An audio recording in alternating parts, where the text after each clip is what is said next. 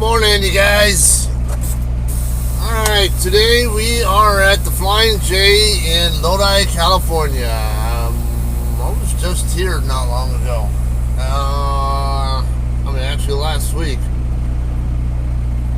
Let's see. Alright, got ABF coming out. Oh, great. No, a dump truck, too. Okay, once we can get out of here, or get out of here safely, I will let you know what we got going on here. Come on, Walmart. Okay, so we're going to be picking up very close to here, only about only a few miles away. My onboard wants, well, actually, let me pull that up for you. I still had it on my hours of service thing. Okay, we're going to a place called Trinchetto Family Estates. It's right here in Lodi. It's only one exit north of here. In fact, I could even go right up this street here, I think, if I really wanted to, but I don't know if it's truck legal past the Blue Beacon. It might be, but I might still be able to get there a little quicker coming over this way to I-5 anyway, so we'll go ahead and do that. 700 feet, turn right onto okay, I don't need your 12. help. Okay, so as you see on the map, we are in between Stockton and Sacramento. For those of you guys who aren't so familiar with the area. Alright. This is a new one for me, so I don't know what is this? Yeah, okay. So it is wanting me to get onto I-5, which I was expecting. Yeah, it's yeah, I could easily just gone straight up Thornton Road to that next exit as well. Would have made no world difference, I think, but when in doubt, the big road is always more truck, definitely a truck legal one at least, so.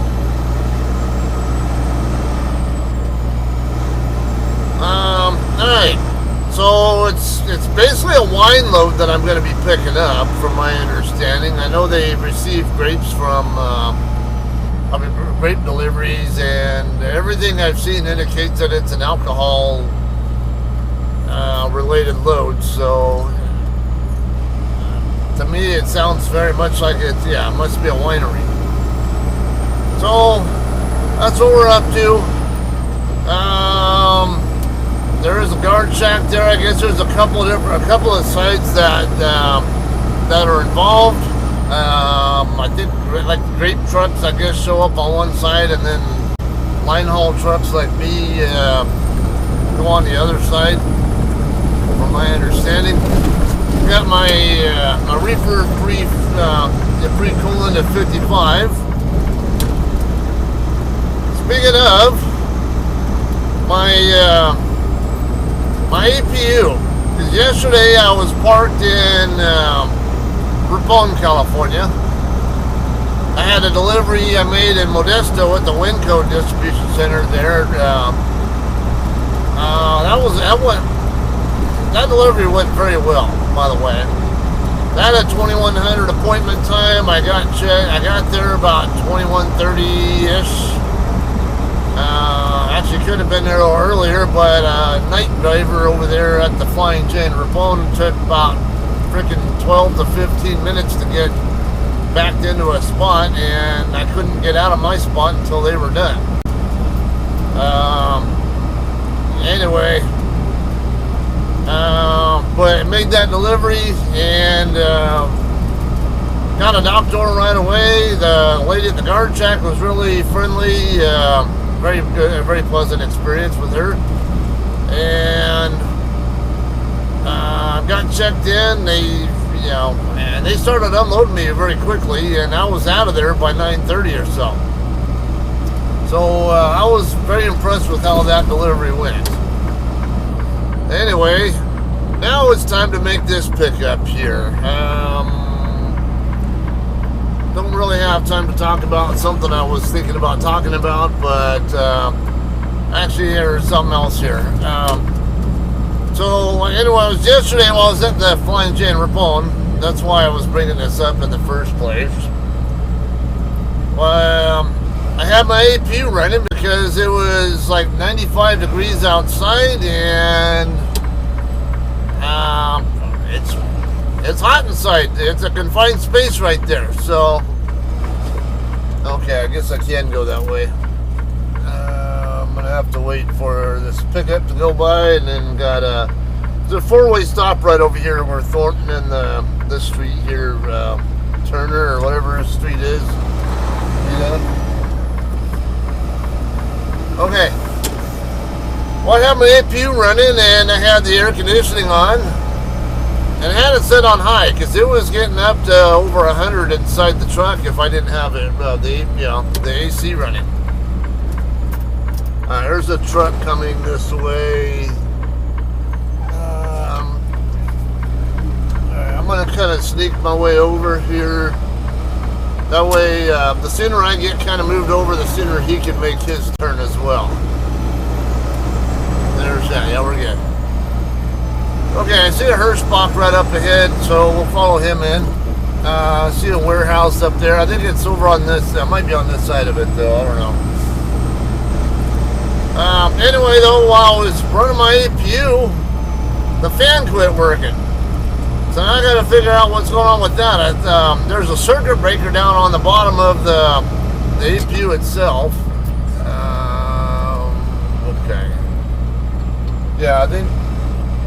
Okay, yeah, I think I heard this is the one, I guess, where the grape trucks come in at. And then you come in over here on the second entrance if you're line hauling.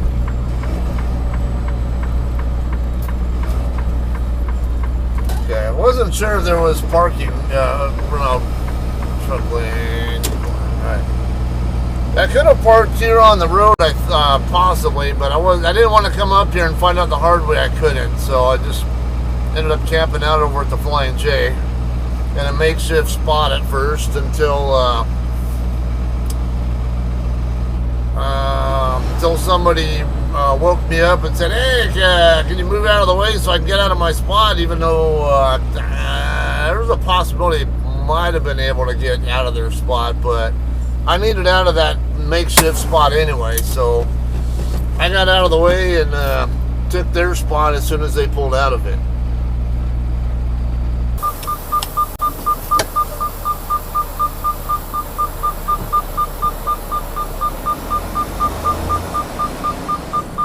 Alright guys, we are checked in here now, and alright, so first things first, we got a strict 15-mile-an-hour limit.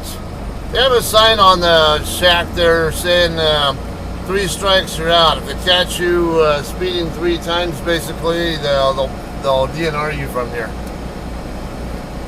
Okay, so what we're going to do now is go straight ahead all the way up to, there'll be a stop sign. Yeah, I see the stop sign up ahead with the flashing lights on it. We're going to basically go up to the northwest corner of the building. Well, actually the north side of the building. New message came in. And I guess there's like a shack there. That's what their shipping office is. And we'll check in there. And then we'll circle back around to dock in. And when we're heading back out, we just come right back out the same direction we're coming in. Alright, so my APU though, there's that down at the bottom, there's a circuit breaker that is often the reason why the fan won't turn, but I pulled that panel out, the panel off, and I saw the circuit breaker, but I couldn't really tell if it was popped or not.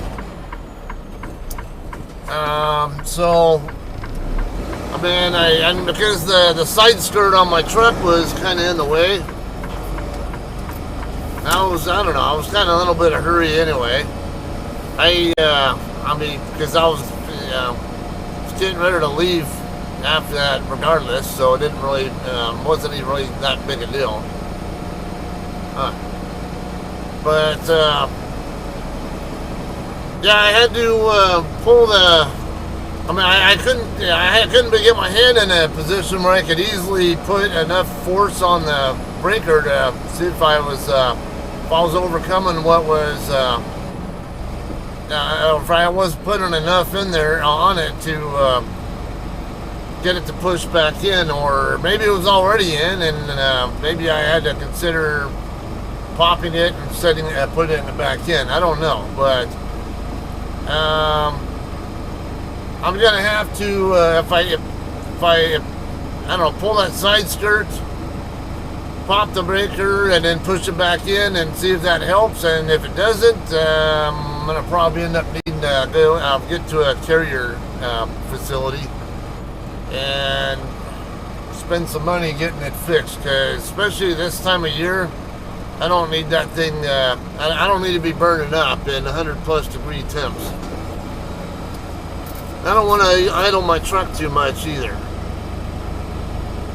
Idling my truck, let's see. Okay.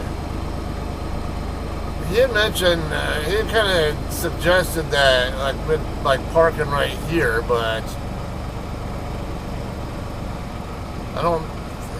Those aren't truck spots anyway, and I'm not into backing out of spots.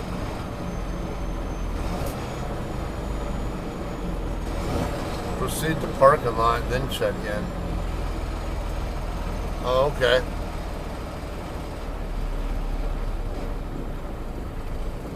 Okay, so I see what we're talking about. So we're gonna park over here, and then we'll walk in here like this guy's doing. So yeah, we'll park over here by where Hirschbach driver is, or anywhere over in that area.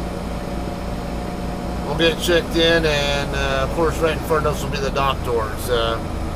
Looks like there's tons of room to work with, and that is consistent with what the Google review suggested.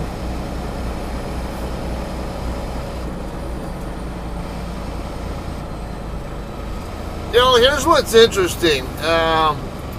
So I know a lot of you guys don't feel comfortable speaking publicly, and I'm my own worst critic. And I'll watch my content. You know, I'm no narcissist by any stretch, but I mean, I'm very confident in a lot of ways, but at the same time, I'm also my own worst critic. And I catch some of the stuff that annoys me or whatever about my own videos. And there are times where I'll admit that they can sound a little bit on the boring side at times. So I'm wondering if maybe, I don't know what, I don't want to be fake though. And the other thing is, when I stop to take a breath, whatever, I often catch myself, I make that weird, whatever noise when I'm trying to, and it's one of those, now I'm, more conscious of it, and I'm trying to put an effort into stopping doing that, but it's hard. I mean, because I post on TikTok a fair amount as well, and I don't catch that kind of stuff, and it's like, God, why do I do that? I don't know. Maybe but it's nothing to be embarrassed about. It's just something that's if it catches my attention, then it's definitely it's likely to catch other people's attention as well, and it's this is how you get better as a public speaker. Is actually tell people. I mean, don't be afraid to say, hey, you're not perfect. Understand that you can always find ways to improve, and that's what I try to strive for there. Okay, California, especially produce shippers, usually want your license plate info as well. So. I don't exactly have a license plate on this trailer right now because it was a Nebraska plate, which is no longer valid. I have temp registration in the front of the trailer that I got printed from it got sent to me by my permits lady in East Dubuque, Illinois, and so I got it on email. But generally, if you're in California, especially at a produce shipper, you might want to keep that in mind. All right, have your tractor and trailer license plate info handy just in case. All right, I'm gonna get checked in and we'll get docked in soon. Alright guys, we are checked in. We waited for about an hour-ish, whatever. Maybe not quite that long. I got a dock door assignment. We're going to dock into 15 right here in front of us. Tandem's all the way back, doors open.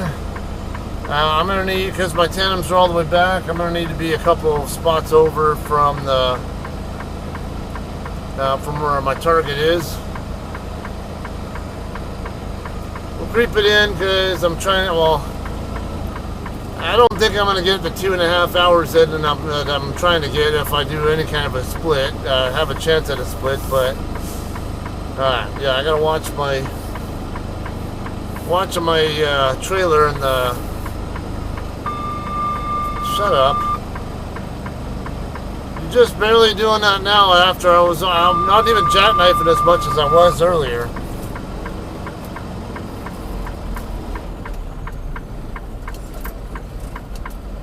That's 15.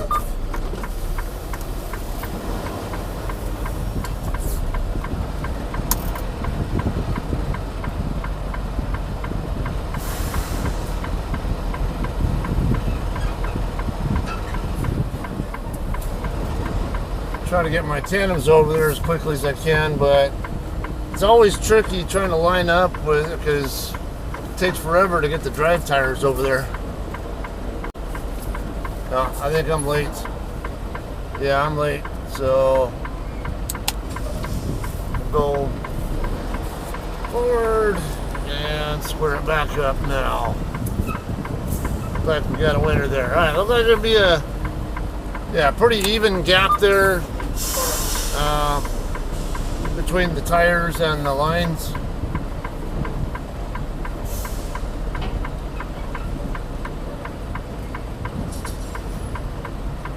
Okay, it turns out they want the reefer set at 60, not 55.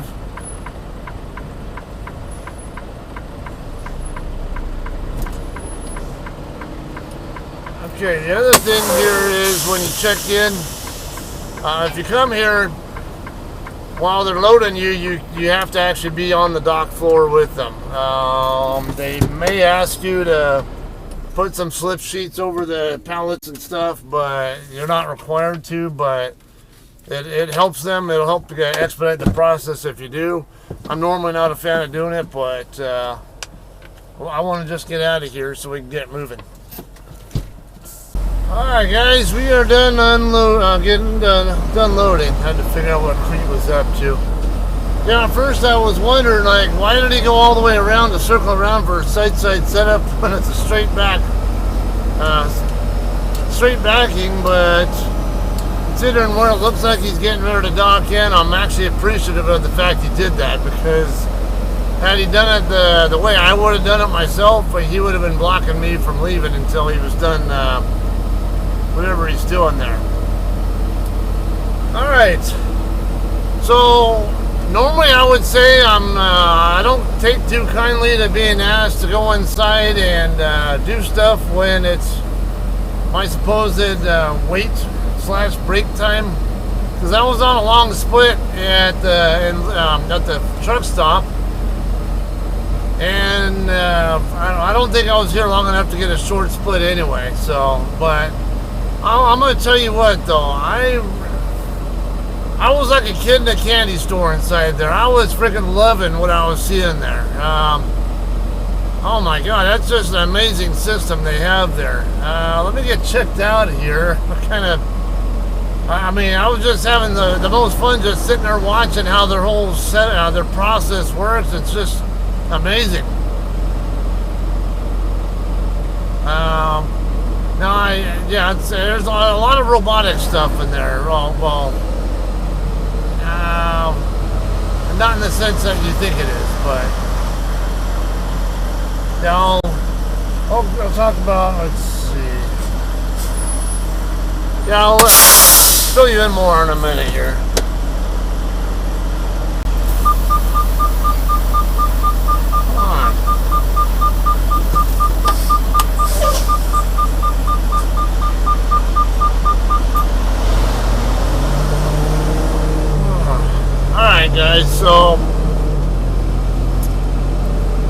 talk real quick about where we're going with it.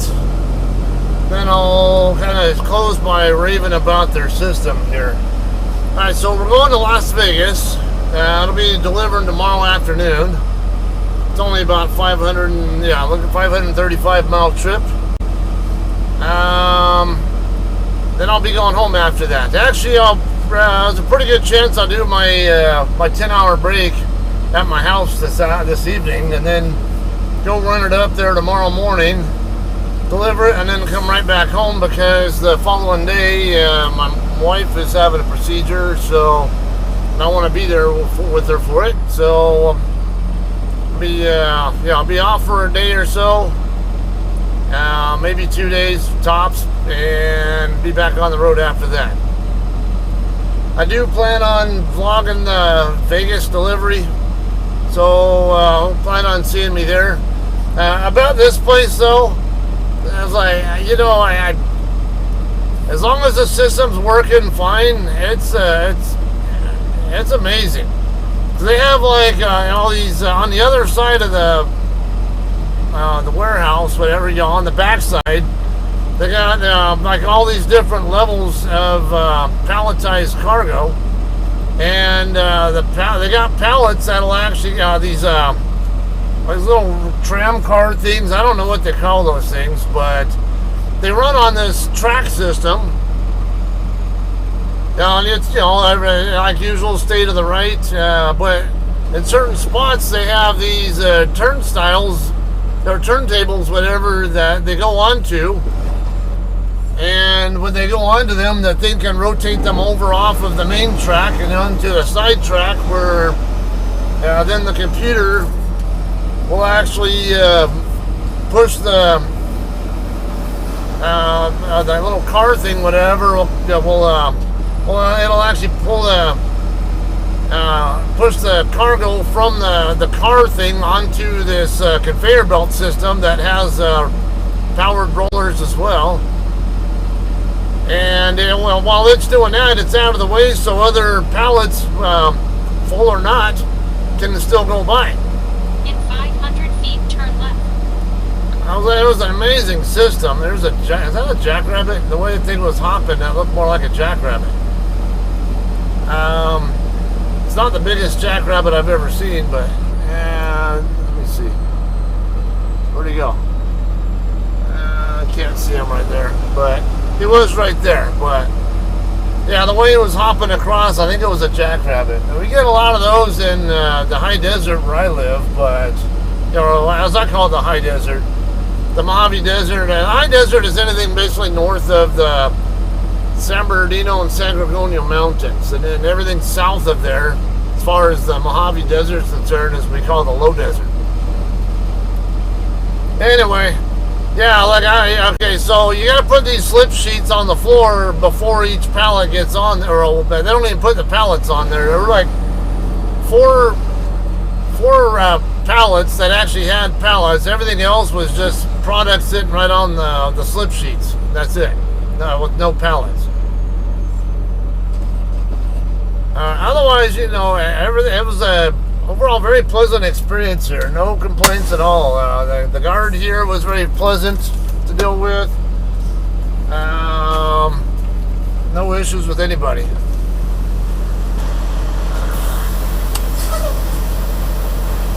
Have a good day.